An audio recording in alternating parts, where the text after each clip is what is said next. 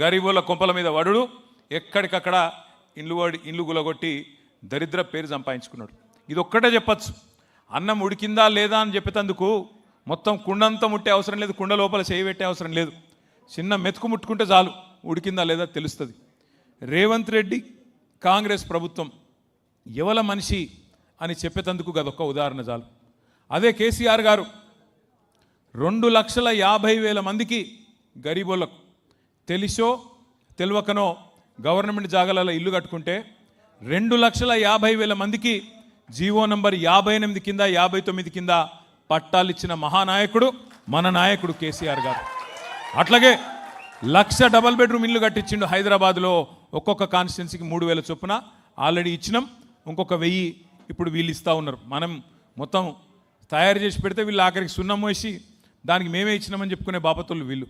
పప్పు అంతా ఉడికినాక ఉప్పేసి మేమే కట్టినామని చెప్పుకుంటూ వీళ్ళు. నేను ఒకటే మాట ఇక్కడికి వచ్చిన మా ఆడబిడ్డలను మా అన్నదమ్ములను ఒకటే అడుగుతున్నా. आप सब लोग एक बात सोच के बोलो मेरे को, 50% टाइम हो गया इनका, 50% టైం ఒడిచిపోయింది రేవంత్ రెడ్డిది. నేను ఒక్కటే అడుగుతున్నా, మీరు యాద్ చేసుకొని చెప్పండి. ఏమేం మాటలు చెప్పిండు పెద్ద మనుషులు ముసలోళ్ళందరికీ, ఒంటరి మహిళలకు కేసీఆర్ సార్ 2,000 ఇస్తే ఈయన ఎంత ఇస్తా అన్నాడు? 4,000 ఇస్తా అన్నాడు. సంవత్సరంలో 12 నెలలు ఉంటాయి. నెలకు 4,000 చొప్పున ఎంత అవుతుంది? 48,000 ఇవ్వాలి. 48,000 అంటే లెక్క కష్టం అవుతుంది. 50 అనుకుందాం. 50 అంటే 5 ఏళ్ళకి ఎంత ఇవ్వాలి? 1,50,000 ఇవ్వాలి. 5 ఏళ్ళకి 1,50,000, 2,50,000. నాకే లెక్కలు రావు అంటే మీకు అంతకంటే రావే మరి అయ్యా. నాకే లెక్కలు రావు, మీకు అంతకంటే వస్తలేవు. అక్కడ మన ఆడబిడ్డలు సిగ్గుపడతారు. ఈ లెక్కనే లెక్కలు కడితే సంసారం చేసినట్టే మీరు. 50,000 సంవత్సరానికి, 5 ఏళ్ళకు 2,50,000 ఇవ్వాలి. మరి 50% టైం అయిపోయింది. ఇప్పటికి ఎంత రావాలి మనకు? అరే మీకు లెక్కలు వచ్చేటట్లు లేవు చక్కగా. 1,25,000 రూపాయలు రావాలి ఒక్కొక్క పెద్ద మనిషికి. వచ్చినాయా మరి? ఒక్కళ్ళకన్నా వచ్చినాయా ఈ రాష్ట్రంలో? రాలే. మన పిల్లలకి ఏం చెప్పిండు? 2 ఉద్యోగాలు ఊడగొట్టండి. కేసీఆర్ది కేటీఆర్ది 2 ఉద్యోగాలు ఊడగొడితే మొదటి సంవత్సరంలోనే 2 లక్షల ఉద్యోగాలు ఇస్తా అన్నాడా లేదా? రాహుల్ గాంధీ అశోక్ నగర్లో వచ్చి ఛాయ్ తాగుకుంటా పోజులు కొట్టుకుంటా అక్కడ ఉన్న వాళ్ళందరూ నిరుద్యోగులను పిలుచుకొని చెప్పిండు కదా, 2 లక్షల ఉద్యోగాలు మొదటి సంవత్సరం ఇస్తా అన్నాడు. ఇచ్చిండా?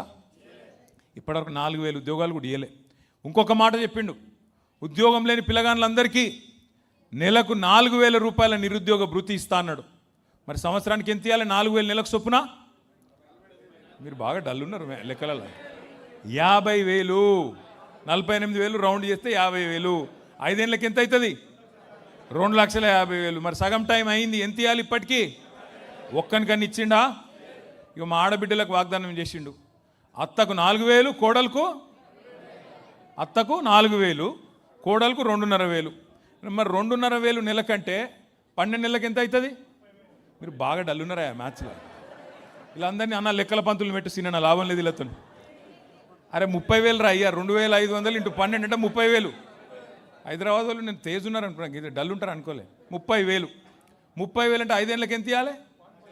1,50,000 ఇవ్వాలి. ఇప్పటికి ఎంత రావాలి? 75,000 రావాలి. వచ్చినాయి ఎవరికైనా 75,000? నేను ఇవ్వాలి. అందుకే ఖైరతాబాద్ నియోజకవర్గం మా తమ్ముళ్ళు, మా అన్నలు, మా అక్కలు, చెల్లెళ్ళ సమక్షంలో చెప్తున్నా, రేవంత్ రెడ్డి నువ్వు చెప్తున్నావు కదా 1,000,000 మంది మహిళల్ని కోటీశ్వరులు చేస్తా అంటుండు రేవంత్ రెడ్డి. నువ్వు కోటీశ్వరులు చేసుడు దేవుడు ఎరుగు. లక్షాధికారులు చేయరా భయ్, నువ్వు ముందైతే లక్షాధికారులు చేయి. చెప్పినావు కదా ఒక్కొక్కరికి 1,50,000 ఇస్తా అని చెప్పింది కదా ఆడబిడ్డలకు. నువ్వు 1,50,000 రూపాయలు కింద 1,000,000 మంది ఆడబిడ్డలకు ఇస్తే నేను రాజీనామా చేసి పోతా అని చెప్పి రేవంత్ రెడ్డి గారికి నేను చెప్తా ఉన్నాను. నీ బాధ ఏంది? ఆయన బాధల్లో మన పదవులు కావాలనే కదా, మనం ఉండద్దు రాజకీయంలో, మనం పక్కకోవాలనే కదా. నువ్వు 1,000,000 మంది ఆడబిడ్డలకు బాకీతో సహా పోయిన 2.5 సంవత్సరాలు, వచ్చే 2.5 సంవత్సరాలు ఒక్కొక్కలకు 1,50,000 చెప్పున మొత్తం అందరికీ ఆడబిడ్డలకు నేను రాజీనామా చేస్తా. అట్లాగే మా తమ్ముళ్ళకి చెప్పినావు కదా 4,000 రూపాయలు ఇస్తా నిరుద్యోగ భృతి అని. పోయిన 2.5 సంవత్సరాలు, వచ్చే 2.5 సంవత్సరాలు మొత్తం కలిపి 4,000 చొప్పున 40 లక్షల మంది మా తమ్ముళ్లకు, చెల్లెలకి తప్పకుండా రాజకీయమే వదిలేస్తా అని చెప్పి కూడా నేను విజ్ఞప్తి చేస్తూ ఉన్నా. ఎందుకు చెప్తున్నా అంటే, మోచేతికి బెల్లం పెట్టిండు, ఆగం చేసిండు, పోయి కుర్చీలో కూర్చున్నాడు. హైదరాబాదులు, ఖైరతాబాదులు మీరు నమ్మలే. హైదరాబాద్లో ఒక్కడు కూడా కాంగ్రెస్ని నమ్మలే. ఒక్క సీటు కూడా ఇవ్వలే మీరు కాంగ్రెస్కు. మీరెవరైనా నాగేందర్ కొట్టేసినారు? నాగేందర్ కేలే, కేసీఆర్ కేసీఆర్ మీరంతా మాకు తెలుసు. నాగేందర్ చూసి ఓడెత్తాడు, నాగేందర్ చూసి ఓటెత్తే మొత్తం నాకేస్తాడు, తెలియదా మనకు? నాకేసిండు అన్నట్టే. అట్లే జరిగింది. కానీ కేసీఆర్ గెలవాలి కదా, ఈయన సక్కటోడు కాకపోయినా కేసీఆర్ గారు ముఖ్యమంత్రి అవుతారు కదా ఎమ్మెల్యే గెలిస్తే అని చెప్పి ఓటేసిరు. సరే ఆయన వేయండు, రేవంత్ రెడ్డి సంకల కూర్చున్నాడు, ఇవాళ పెద్ద పెద్ద మాటలు చెప్తున్నాడు. నేను ఒకటే మిమ్మల్ని అందరినీ ప్రార్థించేది, మిమ్మల్ని అందరినీ కోరేది, ఖైరతాబాద్లో 2 సార్లు గులాబీ జెండా ఎగిరేసినాం. 2018లో 2023లో శ్రీనివాస్ యాదవ్ గారు చెప్పినట్టు మళ్ళీ 2028లో కూడా ఎగిరేద్దామా? పక్కానా? అరే పక్కా అంటే మా లేడీస్ కూడా గట్టిగా చెప్పాలి, పక్కానా? పక్కా అంటే ఏం చేయాలో నేను చెప్తా ఇక. ఎందుకంటే ఇప్పుడు చంద్రునికి కూడా చంద్రగ్రహణం అనేది పడుతుంది ఒకటి, కొద్ది కాలం మబ్బులు వెనుకపోతాడు చంద్రుడు కూడా. గట్లనే మన సార్ కూడా కేసీఆర్ గారు కూడా ప్రస్తుతం తాత్కాలికంగా మనం సార్ పక్కకు కూర్చున్నాడు, ఇక ఈయన నడుపుతున్నాడు పెద్ద మనిషి. ఇక ఆయన గట్టిగా అడిగినావు అనుకో, సేమ్ ఏమైనా పేరు రేవంత్ రెడ్డి గారు, మరి ఏం సంగతి నువ్వు చెప్తీవి కదా, 100 రోజుల్లోనే 6 గ్యారంటీలను నరికితీవి కదా, ఏమైంది రేవంత్ రెడ్డి గారు అంటే ఈ మధ్యన కొత్త డైలాగ్ పెట్టుకున్నాడు. ఏమంటుండు? మన ఆదిలాబాద్ పోయి చెప్తున్నాడా, అవునా నాకు తెలియక అడుగుతా, ఎంత పెద్ద కండలు తిరిగిన పైల్వానైనా 3 నెలలనే పిల్లలు పుట్టిస్తాడా? నీయో మాకు తెలియపాయ ఇది, ఏది 3 నెలల్లో పిల్లలు పుట్టారని మాకు తెలియదు, ఇక్కడ లగ్గాలు కాలే పిల్లల్ని కాలే మాకు తెలియదు, పిల్లలు పుట్టరు. నేను ఒకటే అడుగుతున్నా రేవంత్ రెడ్డి గారిని, అయ్యా 3 నెలల్లో పిల్లలు పుట్టరని మాకు కూడా ఎరికే, మా అందరికీ తెలుసు, నీ ఒక్కనికే కాదు. కానీ మరి 30 నెలల్లో కూడా పిల్లలు పుట్టకపోతే నిన్నేమని పిలవాలరా భయ్, నాకు తెలియక అడుగుతున్నా. 3 నెలల్లో పుట్టరు ఓకే, నువ్వే నరుకుతావు కదా 3 నెలల్లో ఇది ఇస్తా అది ఇస్తా అల్లం ఇస్తా బెల్లం ఇస్తా అని. మరి 30 నెలలు ఒడిచిపోయాయి కదా, 100 రోజులు అంటేవి 900 రోజులు ఒడిచిపోయాయి, నువ్వేం చెయ్యకపోతివి. గట్టిగా అడిగినావు అనుకో ఏమన్నా అంటే, ఇంతకుముందు మా అన్నయ్య చెప్పిండు సీనన్న, లాగుల తొండలు ఇడుస్తా, గుడ్లు వీకి గోటిలాడతా, పేగులు తీసి మెడలు వేసుకుంటా. పేగులు మెడలు వేసుకునేది ఏంది నాకు అర్థం కాదు, మన బోటి కొట్టేటోడు కూడా వేసుకోడు, వీడు ముఖ్యమంత్రి. ఈ మాటలు మాట్లాడితే ఏమనాలి చెప్పు? పేగులు మెడలు వేసుకుంటా, ఎవరు వేసుకుంటావు? చూసినాం నిన్న ఎంత దుర్మార్గుడు అంటే, సొంత పార్టీలోనే వెన్నుపోటు ఓడిచిండు. ఆమె ఒక ఆమె ఉండే పాపం పెద్ద మనిషి, మీనాక్షి నటరాజన్ అని, కొద్దిగా నిజాయితీ గల మనిషి, రాహుల్ గాంధీ నమ్మిన బంటు. ఆమెను వీడు లంగున్నాడు, వీడు జర చూడు అని చెప్పి పంపించిండు రాహుల్ గాంధీ. ఆమె కొద్దిగా చూసింది, వీడు భూములు అమ్ముకుంటాడు, కాంట్రాక్ట్లు అమ్ముకుంటాడు, వీడు నిజంగానే లంగున్నాడు అని పోయి రాహుల్ గాంధీకి చెవుదే చెప్పింది. పగబట్టిండు మనోడు, పగబట్టి ఎట్లన్నా చేసి సందు దొరికినప్పుడు చెప్పాలని చెప్పి ఓ దొంగ కేసు పెట్టించిండు హైదరాబాద్లో.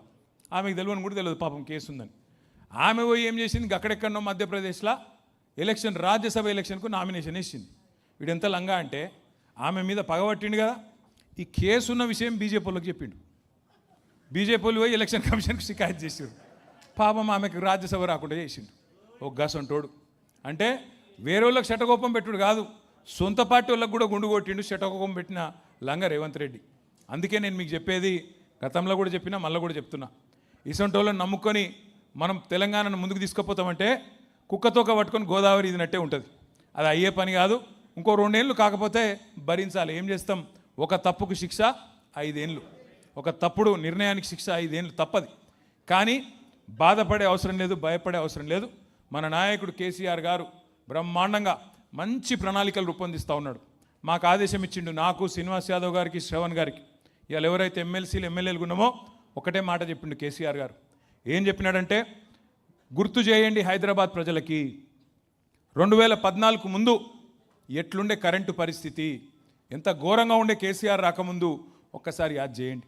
ఆ రోజుల్లో 2014 ముందు కాంగ్రెస్ ప్రభుత్వం ఉన్నప్పుడు ఎంత ఘోరంగా ఉండే కరెంట్ అంటే, ఎండాకాలం వచ్చిందంటే ఎక్కడ కూడా కనీసం పంక తిరిగే పరిస్థితి లేదు. మధ్యాహ్నం ఓ 10 నిమిషాలు పొద్దంతా పనిచేసి 10 నిమిషాలు కునుకుదిద్దాం పండుకుందాం అంటే కూడా ఇంట్లో పంక తిరగదు.